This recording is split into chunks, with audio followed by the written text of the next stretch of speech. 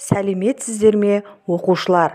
Бүгінгі өтетін тақырыбымыз сақ патшайымы Томирис. Бүгінгі сабақта сақ патшайымы Томиристі ел басқарушы тұлға ретінде танитын боласыздар.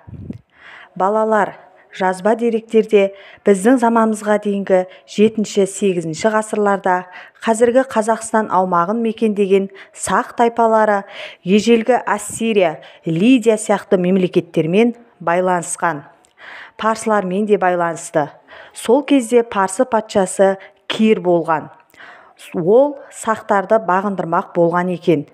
Сол кездегі сақтардың атақты билеушісі Томирис ханшайым туралы бүгінгі сабақтан білетін боласыздар. Томирис Спаргапистің жалғыз қызы.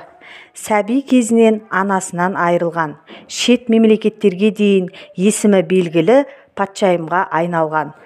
Жазба деректерде Геродот пен Рим тарихшысы Помпей Трок шығармаларында Томирис туралы көптеп кездеседі. Бұл тарихшылардың еңбектерінде айтылғандар біз үшін маңызды болып келеді.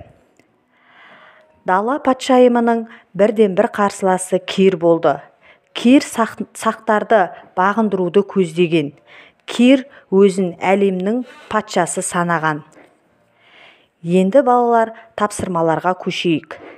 Бірінші, суреттегі тұлғаларды анықтап, тарихтағы орнын жазыңыз. Екінші, мәліметтерді керекті сөздермен толықтырыңыз. Үшінші, сақ патшайымы Томиристің 3 тұлғалық қасиетін деректер негізінде дәлелдеңіз. Сонымен балалар, бүгінгі сабақта сақ патшайымы Томиристі ел басқарушы тұлға ретінде танытыңыздар.